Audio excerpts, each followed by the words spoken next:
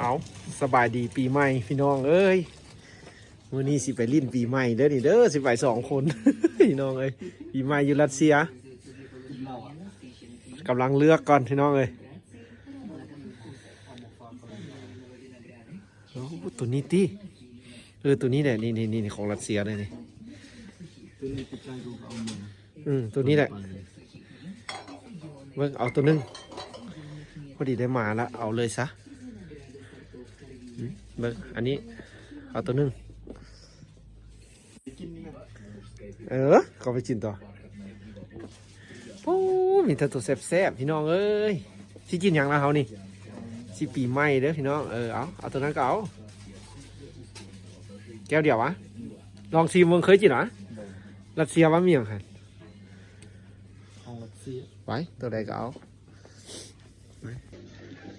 อาเดียววะเอาอีกอันนึงเอาอย่างมาเนี่ยเบียร์ปนกันเลยเนาะที่ได้อันนี้ก็ได้เรื่องแล้วนี่ตุ้ยอันนี้ไม่อย่างไรตุ้ยว่าวายทรงเท่แท้ไปเอาเบียร์สักวันนี้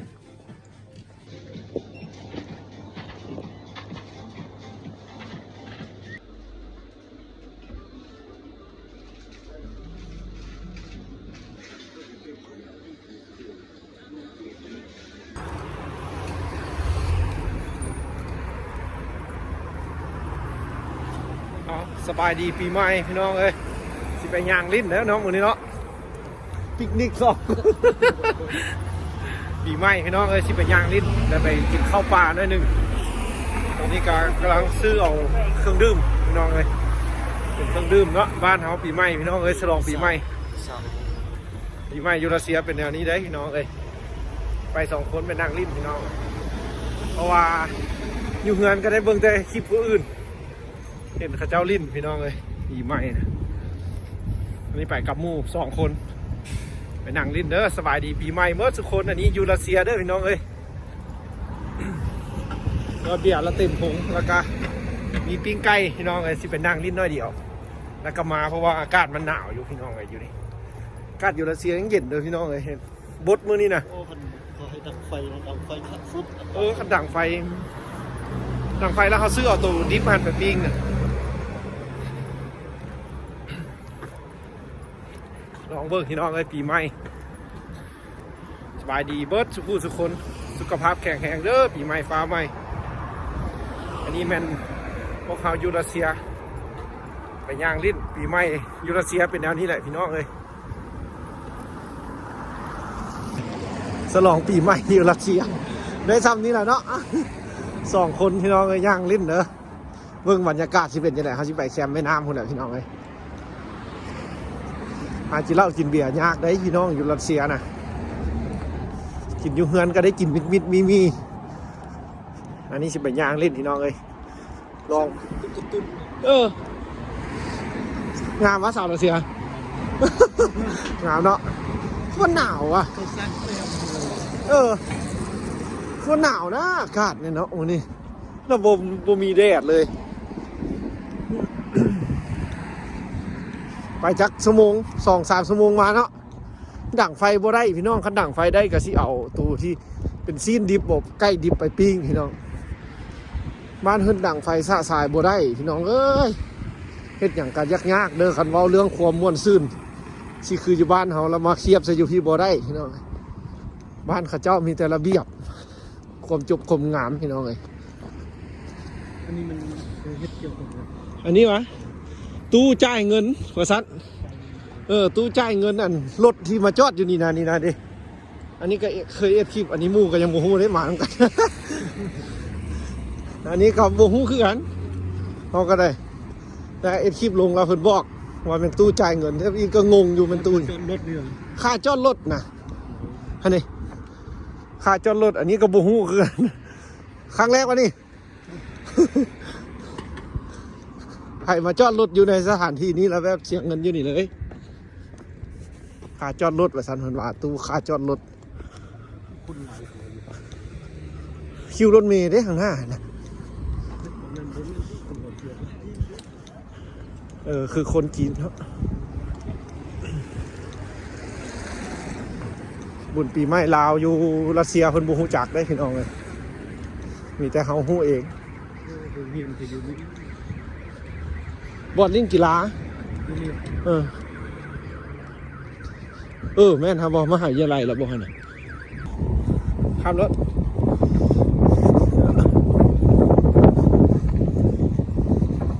สถานที่เฮาสิไปเด้อพี่น้องเอ้ยอยู่ฝากน้ำเมืองนั้นเพราะว่ามีคนสิมาซิดเบ็ดซิดอย่างแดนะพี่น้องมันจะเป็นป่าไม้ที่เหลือ ทำคือบันลาย โอ้หิมะละลายน้ำลายเด้ บริมาจากเพื่อนกันนั่นคนเดียว เพื่อนนะหุ่นไล่มาแห้งๆนี่ตอนหิมะมันแข็งคือว่าบ่มีน้ำนี่มันยามนี่มาเอ้ยนี่พูดอ่ะคือเขาไปได้แล้วได้นี่นะนี่ที่ไปฟากนั่นทุกแหละพี่น้องคนเพราะว่ามันมีแต่คนนี้แหละพี่น้องที่สถานที่ที่แบบเป็นแบบป้าไม้ที่ให้ชาวบ้านหรือว่า คนที่ไปย่างลิ้นย่างเที่ยวหรือว่าตึกเบ็ดพี่น้องเลยคือว่าเมื่อก่อนกับตึกเบ็ดอยู่นี่พี่น้องแต่เฮาสิไปนั่งลิ้นอยู่ฝากเบื้องนั้นกับหมู่2 คนพี่น้องเลยแต่หักดังไฟบ่ได้พี่น้องซ้ำนี้แหละปีใหม่เด้อพี่น้องเลยอันนี้ละ อันนี้คือว่าปีใหม่เด้อพี่น้องเลยที่คนลาวมาอยู่พี่หรือว่าอยู่บ้านเพิ่นละโบเพิ่นบ่ฮู้นำเฮาแหละพี่น้องเลยปีใหม่ฟ้าใหม่นะเพราะว่าอันนี้ก็แม่นถือว่าเฮาได้เลิกจ้างเฮียนมาแล้วก็สิไปนั่งลิ้นยามแล้งแล้วจากนั้นก็กลับเมืองพี่น้องเลยแล้วก็ถ่ายเบิ่งเด้อสบายดีปีใหม่เมิดสุผู้สุคนถ้าห้ามอายุรัสเซียก็สิได้ลิ้นปีใหม่แบบคือพวกเฮานี่แหละพี่น้องเลยอากาศอยู่รัสเซียปีใหม่ฟ้าใหม่พี่น้องเลยอันนี้เราเป็นเฮาสิไปนั่งลิ้นป่าแล้วก็กินข้าวป่าพี่น้องไป2 คนปีใหม่เพราะว่าได้พักเรียกพักเฮียนพี่น้องเลยตอนนี้กำลังย่างสิข้ามขัวพี่น้องสิข้ามขัวแล้วก็ไปนั่งป่าอยู่ส้นนะฮะด้านหลังของเขาเนี่ยสำหรับบ้านเพิ่นชีวิตพวกเขาเจ้าจัดงานอย่างเนาะมีรถตำรวจมาเบิกทางเอาพี่น้องมาฮอดแล้วเด้อสถานที่ปีใหม่ของพวกเขาพี่น้องพอดีแคมป์แม่น้ำเด้ย่างข้ามมาฮอดแล้วพี่น้องสินั่งลิ้นเดี๋ยวสิละกินวายจากแก้วพี่น้องปิ้งไก่ตัวนึงสวัสดีปีใหม่มดสุภูสุคนเด้อพ่อแม่พี่น้องที่อยู่ทางเมืองลาวเมืองไทยที่กำลังเฮ็ดเวียกเหตุการณ์ในช่วงนี้ก็พักบุญปีใหม่พี่น้องการนี้ก็แม่นเฮาอยู่รัสเซียเฮากะสิถ่ายชีวิตอยู่พี่ละพี่น้องให้เบิ่งคือว่าถ้าผู้ใดที่ได้เห็นคลิปนี้คือว่ามีความฝันอาจจะได้มาทำมาเฮียนหรือว่ามาเฮ็ดเวียกอยู่รัสเซียกะเบิ่งพี่น้องสภาพบ้านเมืองเพิ่นก็เป็นจังซี่แหละอยู่รัสเซียนะถ้าผู้ใดบ่เคยมาหรือว่าผู้ใดเคยมากะสิฮู้นี่หิมะยังมีอยู่เนาะเปื้อนได้เห็นเป็นจังซี่ยังเย็นได้พี่น้องบ้านเพิ่นน่ะนี่อันนี้ก็เป็นริมแม่น้ำแคมแม่น้ำหั่นแหละพี่น้องเขาก็มานั่ง2 คนซื่อๆพอมาแต่เทื่อเห็นเพิ่นตึกเบ็ดได้พี่น้องอยู่นี่นี่เพิ่นก็เอารถเอาหยังมาจอดไว้นี่อันนี้ถือว่าเป็นป่าที่แบบให้คนมาลิ้นมาหัวหรือว่ามาพักผ่อนกินข้าวป่าได้พี่น้องอยู่นี่นะดังไฟแต่ดังได้แต่หักให้ระมัดระวังพี่น้องอันนี้คือแนวนี้แหละเนี่ยว่าน้ำบานเฮินกันเป็นอย่างนี้แหละพี่น้องในหิมะละลายมันกะซีน้ำยึงขึ้นมาหน่อยนึงคือว่าบานเฮินพี่น้องอันนี้นะว่าเบื้องนั้นเป็นเฮือนที่เขาอยู่พี่น้องอันนี้เขาข้ามมาเบื้องนี้คือมานั่งเล่นอยู่พี่เพราะว่าเป็นป่าไม้ที่บ้อนที่เขาไปท่ายหันเพิ่นซับบ่ให้เขาไปนั่งลิ้นแนวนะกินปิกนิกซะพี่น้องภาษาบ้านเพิ่นบ่ให้ปิกนิกอันนี้เราเป็นบ้อนที่ปิกนิกได้พี่น้องได้ว่าตุ้ยสถานที่นะเอาใส่ละเอาเลยไหมทงนี่นักแล้วได้ยิโอ้ยบ่มีตั้งจักอันเลยเนาะเอาลากไม้มา2 คนพี่น้องซ้ำนี้มีความสุขแล้วเด้อพี่น้องมีความสุขแล้วนี่นะความสุขตามภาษาบ้านๆนะพี่น้องเอาธงไปจัดการดูแต่ว่าเขาเบิ่งอาหารที่เขาเอามาเด้อพี่น้องนี่พายมานำแต่เฮือนผู้ใดนี่ปิ้งเกี่ยมไว้แต่เมื่อคืนนี้พี่น้องอันนี้ก็ถือว่าเขามาอยู่ป่าเด้อพี่น้องอันนี้มื้อวันปีใหม่ลาวปีใหม่ไทยของบ้านเฮาพี่น้องถือว่าเขาได้มานั่งลิ้นป่าเมื่อนี้นะเพราะว่าได้เกี่ยมอาหารไว้แต่เมื่อคืนนี้พี่น้องเพราะว่าอยากมาลิ้นมานั่งลิ้นซิวๆเพราะว่า เฮาอยู่ห้องหลายเฮาก็เบิ่งแต่คลิปเพิ่นลิ้นอยู่บ้านเนาะคืออยู่เวียงบ่อยู่เวียงจันทน์หรือว่าอยู่หลวงพระบางที่ก็ม่วนพี่น้องเอ้ยแต่เฮาก็มาอยู่พี่ก็สิอดทนเอาพี่น้องเอ้ยลิ้นได้ซ้ำใดก็ลิ้นถือว่าอันนี้เป็นอีกมื้อที่อยู่รัสเซียพี่น้องถ้าผู้ใดที่เข้ามาเดินทางมารัสเซียมาเฮ็ดเวียกหรือว่ามาห้ามมาเฮียนถือว่าอยู่รัสเซียบ่มีบุญปีใหม่ให้เฮาได้ลิ้นเด้อพี่น้องเอ้ยแต่เพิ่นก็พักให้แต่หักพักกับแบบบ่ได้เต็มร้อยดอกพี่น้องเพราะว่าหักเล็กๆน้อยๆให้เฮาได้มาย่างลิ้นน้อยนึงเพราะว่าเพิ่นก็ฮู้อยู่ว่าแม่นบุญปีใหม่ ให้เฮาออกมาซื้อเครื่องซื้อของย่างลิ้นย่างเที่ยวในบ้านเพิ่นพี่น้องเอ้ยแต่ที่ให้เฮากินเหล้ากินเบียร์ฮิๆฮาๆนั่นบ่มีพี่น้องอยู่รัสเซียถ้าแม่นน้องนุ่งผู้ที่กำลังจะมาเฮียนหรือว่าแล่นมาเฮียนพี่น้องเอ้ยหรือว่ามาอยู่รัสเซียก็เป็นจังซี่พี่น้องเอ้ยหรือว่าบ่มีเทศกาลหยังให้เฮาได้ลิ้นได้เที่ยวหรือว่าได้ไปเยี่ยมไปยามพี่น้องเพราะว่าได้แต่คิดฮอดคิดถึงเด้อหรือว่าไปบ่ได้พี่น้องเอ้ยได้แต่คิดฮอดคิดถึงได้แต่อดทนเพื่อเฮียนจบแล้วก็จังค่อยกลับไปพี่น้องเพราะว่ามันเดินทางไกลหรือว่าถ้าชิมาก็ต้องแบบจังซี่พี่น้องเอ้ยสภาพมันก็จะเป็นคือพวกเขาอยู่น้ำกันแท้ถ้าพี่น้องได้มารับชมก็สิเห็นหลายคลิปพี่น้องเอ้ยเพราะว่าอันนี้คลิปของเขาก็คือว่าแม่นชีวิตในรัสเซียพี่น้องเอ้ยคนลาวที่มาอยู่พี่บ่แม่นเป็นคลิปที่แบบไปเที่ยวไปเที่ยวถ่ายอันนั้นอันนี้หลายบ่มีพี่น้องมีแต่คลิปชีวิตประจำวันของพวกเขาอยู่รัสเซียพี่น้องเอ้ยดังไฟวะเถอะนั่งวะบ่ดังก็ได้เขาเนื้อเขาสุกเบิดละใบไม้ก็บ่มี ใบไม้ก็บ่มีเลยพี่น้องใบไม้ยังบ่ออกได้ดีนะ สถานที่บุญปีใหม่เขาเพิ่นก็มาที่นั้นตลอดได้นี่รถรางนี่มานี่ตลอดเลยจะได้เขานั่งนี่นะก็เห็นเพิ่นมาละทงอย่างบ่อยู่ทงก็มีนะเอาทงนะตุ้ยแพ้ออกเลยนะเบิ่งย่างไปที่ดูทงเฮาอยู่ไหนฮะนะเพื่อมีอีกบอนที่มันคักที่น้อง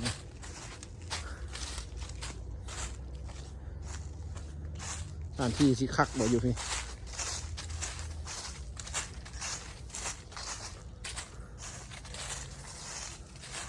โอ้น้ำก็ขุ่นเนาะน้ำบ้านน่าจะมีเห็ดมีอะไรจากน้อยนี่พี่น้องเลยเห็ดป่าหลายเด้อพี่น้องอยู่รัสเซียเด้อมันออกน้ำต้นไม้ดำดินน้ำดอดนี่หลายเด้มีหลายได้เห็ดอยู่บ้านเพิ่นนะปีใหม่น้อง ปีใหม่อยู่รัสเซียเด้อเอาไข่ออกมาแล้วไหมใส่มีอย่างได้เมนูหันน้องดูเตรียมกินข้าวพี่น้อง2 คนเด้อปีใหม่ ไก่เป็นโตเลยดินะ ขามันหาย ขากูกินแล้วขา เอาพี่น้องเอ้ยนี่แหละปีใหม่อยู่รัสเซียเด้อพี่น้องเอ้ยอันนี้ก็มานั่งซิวกำลังไข่เนาะมาเด้อมาแซ่บน้ำกันต้มไก่แด้ปิ้งโบเป็นตุ๊บพี่น้องเอ้ยนี่เอาก็ใส่กลับมาคักแน่ได้ไก่2 คนตัว1ไก่นะพี่น้องกินซ้ำนี้แหละปีใหม่ฟ้าใหม่ใบไม้ใบตอกกับบุมีพี่น้องเสียมาฮองก็ได้มีแต่นั่งชิเลย แบบฤดูแล้งขนาดพี่น้องเลยท้ายฤดูหนาวพี่น้องอยู่รัสเซียเดือน4วันที่16พี่น้องเลยอันนี้นะถือว่าคลิปที่เฮาถ่ายที่คนลาวมาอยู่รัสเซียพี่น้องเลยตอนนี้ก็เล่นบุญปีใหม่คือกันไหมมีไวน์นี่แล้วก็มีอันนี้พี่น้องนี่เดี๋ยวเบิ้งซื้อมา2 แพ็คพี่น้องเลย2 แพ็คอยู่ในนี่ว่ามาแซวต้องกันพี่น้องเลยสบายดีปีใหม่เมื่อทุกคนขอให้สุขภาพแข็งแรงป้อทุกสถานนี่เงี้ยเลยป้าคือจริงหินลึกก็ได้เป็นจะไรขักอยู่วะหวานเต็มทองไปเสียที่กินไวน์ผมมีจ๊อกโอ้เนาะอยู่ป่าอยู่ดงกามาหางกาเนี่ยโอ้15ลงเมาจะนี่นะเป็นยังไงปุกแฮมเอาลองแค่จิ้นเอาครึ่งก็ตีกลับ เอาพี่น้องสบายดีปีใหม่วายรัสเซียเอาอันนี้เนี่ยเพื่อนฮะ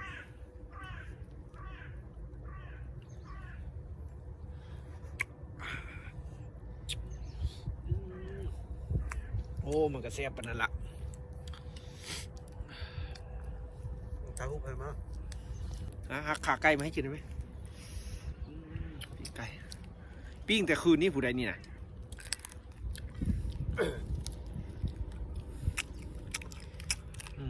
โคตรกลางใบไม้ใบหนึ่งก็บุ้ยเกี่ยวมาหองใครจะเอาใส่กลับมา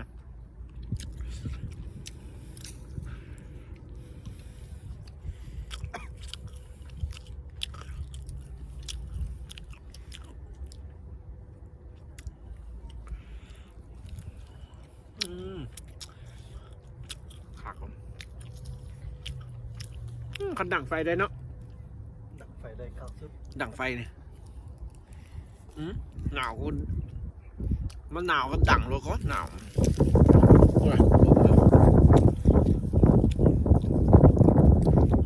มาเด้อพี่น้องเอ้ย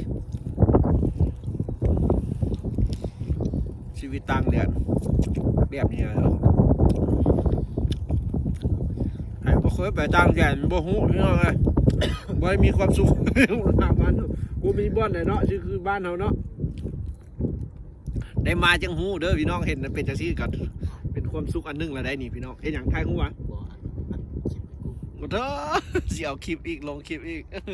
เอาฝากแม่บ้านเนาะให้อีพ่ออีแม่เบิ่งพี่น้องเอ้ยหมดวายอันนึง เย็นโหดพี่น้องซึมแล้วเอาเฮ็ดปีใหม่ลาวพี่น้องเอ้ยสิกลับละวันนี้นะเบียร์ไปกินอยู่ห้องจ้าพี่น้องเอ้ยเย็นนะหนาว ใส่กินไวใส่จกเป็นยกเป็นแก้ว โอ้อากาศโบปั่นเลยเนาะขณะอากาศดีคักอยู่เอาพี่น้องเอ้ยสำหรับปีใหม่ลาวเด้อมื้อนี้นะพี่น้องเอ้ยซ้ำนี่แหละปีใหม่บ้านเทินเมืองเพิ่นจับไปนำได้แก้วนะโอ้นกอันนั้นเด้อนะ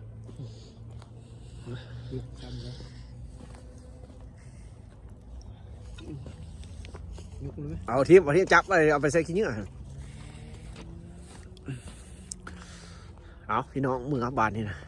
นี่ก็เป็นบอนคนมาย่างลิ้นตลอดเลยพี่น้องเลย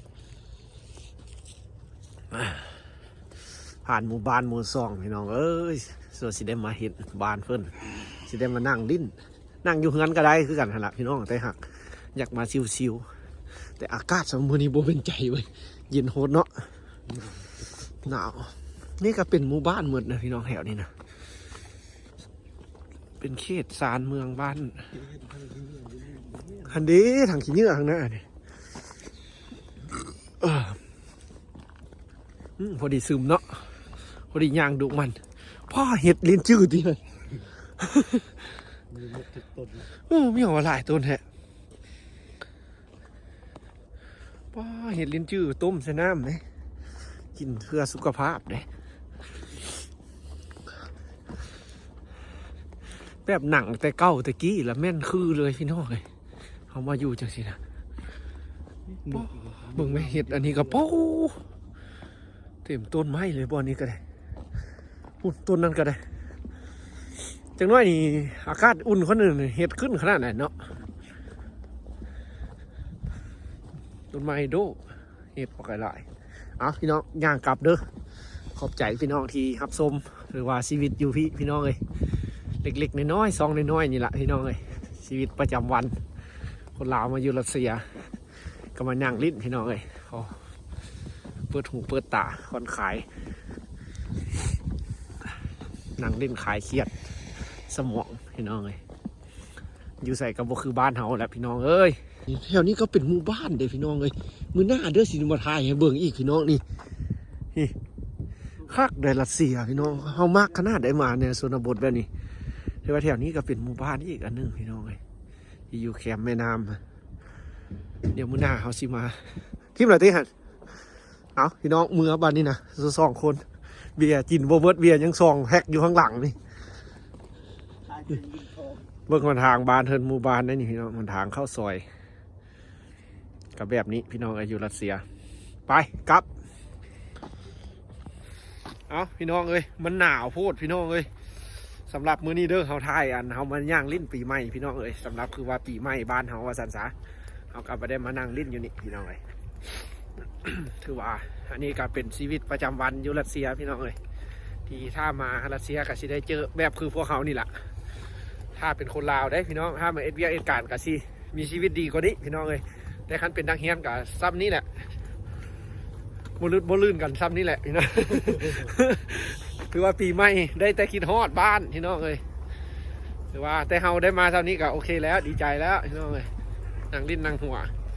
บ้านเฮาเอาไว้เจอกันใหม่มื้อหน้าพี่น้องสำหรับมื้อนี้ถ้ามักคลิปชีวิตในรัสเซียสำหรับพวกเขาซีถ่ายให้เบิ่งพี่น้องเลยเอาบ๊ายบาย